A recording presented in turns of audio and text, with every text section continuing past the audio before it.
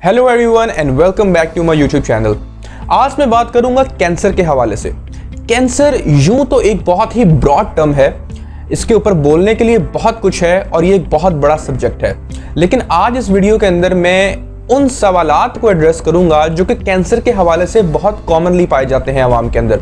सबसे पहला सवाल ये कि कैंसर के मरीज जिनका कि कीमोथेरेपी के जरिए इलाज किया जा रहा होता है, उनकी बॉडी के बाल क्यों झड़ जाते हैं, लाइक वो गंजे क्यों हो जाते हैं, उनके सर के बाल जो हैं वो क्यों उतर जाते हैं, उसकी क्या वजह है। और कीमोथेरेपी लेने वाले मरीजों के अंदर खून की कमी इतनी कॉमन क्यों है, उनके अंदर खून की कमी क्यों होती है और उनको किन मसाइल के सामना करना पड़ता है। और तीसरा बहुत कॉमन क्वेश्चंस, बहुत से मुझे मैसेजेस आते हैं, टेक्स्ट मैसेजेस आते हैं। अभी रिसेंटली एक मैसेज आया हुआ था, रिपोर्ट्स भी शेयर की गई कि हम एक बहुत बड़े हॉस्पिटल के अंदर गए और हमारे पेशेंट को कैंसर डायग्नोज हुआ और उन्होंने कहा कि हम इसका इलाज नहीं कर सकते, तो बराए मेहरबानी आप इसको यहाँ से ले जाएं, आप इनको घर ले जाएं, जितनी इनकी ज़िंदगी बची है आप इनके साथ अच्छे सलूक से गुजारें, टाइम गुजारें। लेकिन हमें ये बात काबिल बर्दाश्त नहीं है, ऑब्वियस ही बात है, बर्दाश्त के काबिल होती भी नहीं है कि आपका एक अजीज एक बीमारी के साथ मर रहा है और उसको इलाज के लिए बजाय उसका इलाज किया जाए, आगे से उसको ये सुनाया जा रहा है कि हम इसका इलाज नहीं कर सकते। इस सिचुएशन के अंदर आके अवाम बहुत जज्बाती हो जाती है। तो इस सिचुएशन में हमें क्या करना चाहिए और इसकी क्या वजूहात है कि डॉक्टर्स इस बात से जवाब दे देते हैं और इलाज करने से इनकार कर देते हैं। सो इस वीडियो के अंदर हम जानने की कोशिश करेंगे कि इन तमाम चीज़ों को हम किस तरीके से एड्रेस करें। So if you want to know the answers of all this questions then watch this video till end. सबसे पहला सवाल ये है कि कीमोथेरेपी से ट्रीट किए जाने वाले पेशेंट्स के सर के बाल और उनके जिस्म के बाल क्यों झड़ जाते हैं। सो इसका जवाब ये है कि जो आपका कैंसर है, कैंसर बहुत तेज़ी से ग्रो करता है। अगर उसको मैं आम अल्फाज के अंदर बताऊं तो कैंसर के जो सेल्स हैं वो अपने आप को बहुत तेज़ी के साथ मल्टीप्लाई कर रहे होते हैं और बहुत तेज़ी के साथ ग्रो कर रहे होते हैं। अब कीमोथेरेपी जो एक ड्रग है, जो एक क्लास ऑफ ड्रग है, उसका काम ये होता है कि जब भी वो किसी इंसान के जिस्म के अंदर जाती है तो वो उस सेल को जाके टारगेट करती है जो कि बहुत रैपिडली मल्टीप्लाई कर रहा होता है, जो बहुत तेज़ी के साथ ग्रो कर रहा होता है, लाइक कैंसर सेल।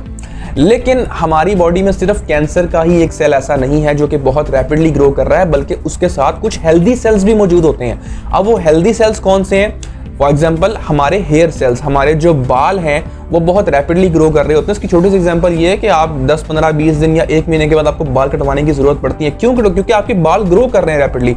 सो वो जो ड्रग दी जाती है कीमोथेरेपी की, वो डिफ्रेंशिएट नहीं कर सकती कि मैंने सिर्फ कैंसर को ही मारना है या मैंने बॉडी के अंदर तमाम उन सेल्स को मारना है जो कि बहुत रैपिडली ग्रो कर रहे हैं। ये एक बहुत बड़ा साइड इफेक्ट है। और वो ड्रग क्या करती है कि वो कैंसर के सेल्स को तो जाके मारती ही मारती है, लेकिन साथ ही साथ आपकी बॉडी के उन तमाम सेल्स को जाके डिस्ट्रॉय करना शुरू कर देती है जो कि बहुत रैपिडली ग्रो कर रहे हैं। अब इसके अंदर 2 सेल्स बहुत कॉमन है, बहुत मतलब यूं से इंपॉर्टेंस है उन सेल्स की, और वो ये है, number 1 is your hair cell. आपके बाल बहुत तेज़ी के साथ ग्रो कर रहे होते हैं, आपकी म्यूकस लाइनिंग बहुत तेज़ी के साथ ग्रो कर रही होती है। और सबसे खतरनाक बात, आपके जो ब्लड सेल्स होते हैं, आपके जो RBCs हैं, ये बहुत तेज़ी के साथ, लाइक ये कॉन्टीन्यूस प्रोसेस है। इस वक्त मैं आपसे बात कर रहा हूँ, सो आई डोंट नो कि मेरी बॉडी के अंदर कितने सेल्स इस वक्त जो है वो न्यू प्रोड्यूस हो चुके हैं। सो बेसिकली कीमोथेरेपी आपकी बोन मैरो को भी जाके इफेक्ट करती है और आपके ब्लड के सेल्स को भी डिस्ट्रॉय करती है। सो कीमोथेरेपी के पेशेंट्स के अंदर इस वजह से एनीमिया यानी कि खून की कमी जो है वो बहुत कॉमन है। इसके अलावा इसके बहुत सारे साइड इफेक्ट्स हैं, लेकिन सबसे बड़ा साइड इफेक्ट ये है कि आपकी इम्यूनिटी जो है वो डाउन हो सकती है, आपके RBC यानी कि आपके अंदर खून की कमी हो सकती है और आपके बाल गिर सकते हैं।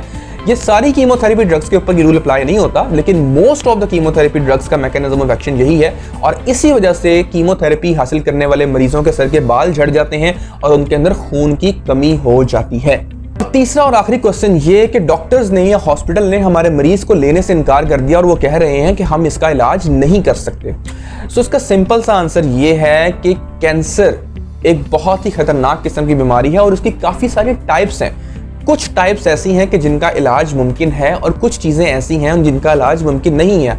आपकी इन्फॉर्मेशन के लिए बता दूं, कैंसर की कुछ स्टेजिंग होती है और कुछ ग्रेडिंग होती है। अगर आम अल्फाज के अंदर इसको जिक्र किया जाए तो स्टेज आपको पता है, कुछ लोग कहते हैं कि एंड स्टेज है, और ग्रेडिंग का मतलब कि कैंसर कितनी बॉडी के अंदर फैल चुका है, उसके हिसाब से अंदाज़ा लगाया जाता है कि क्या ये कैंसर जो है ये काबिल इलाज है या नहीं है।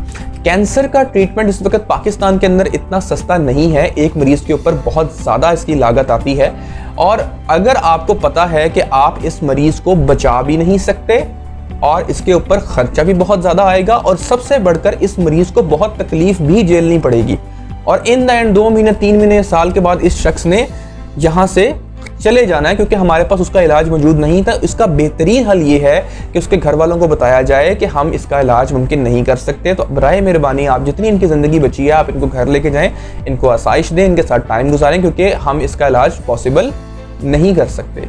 सो ये रीज़न होती है कि डॉक्टर्स या कोई भी हॉस्पिटल जो है वो आपको इनकार करता है कि हम आपके मरीज़ का इलाज नहीं कर सकते, क्योंकि उनको पता है कि तकलीफ अलग होगी मरीज़ को, फाइनेंशियल लॉस अलग होगा, और इन द एंड हम इसको बचा भी नहीं सकेंगे। तो इतना करने की क्या ज़रूरत, उस मरीज़ को तकलीफ़ में डालने की, इन सारी अद्वियात के, इन सारे प्रोसीजर्स के साइड इफ़ेक्ट से प्रोन करने की क्या ज़रूरत है उस मरीज़ को।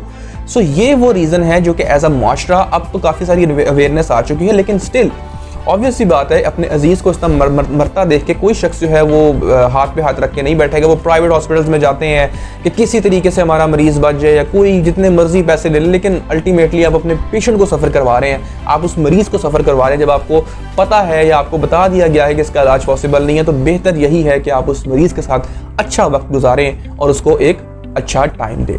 सो I hope now you guys know the answers of all these 3 questions. Thank you so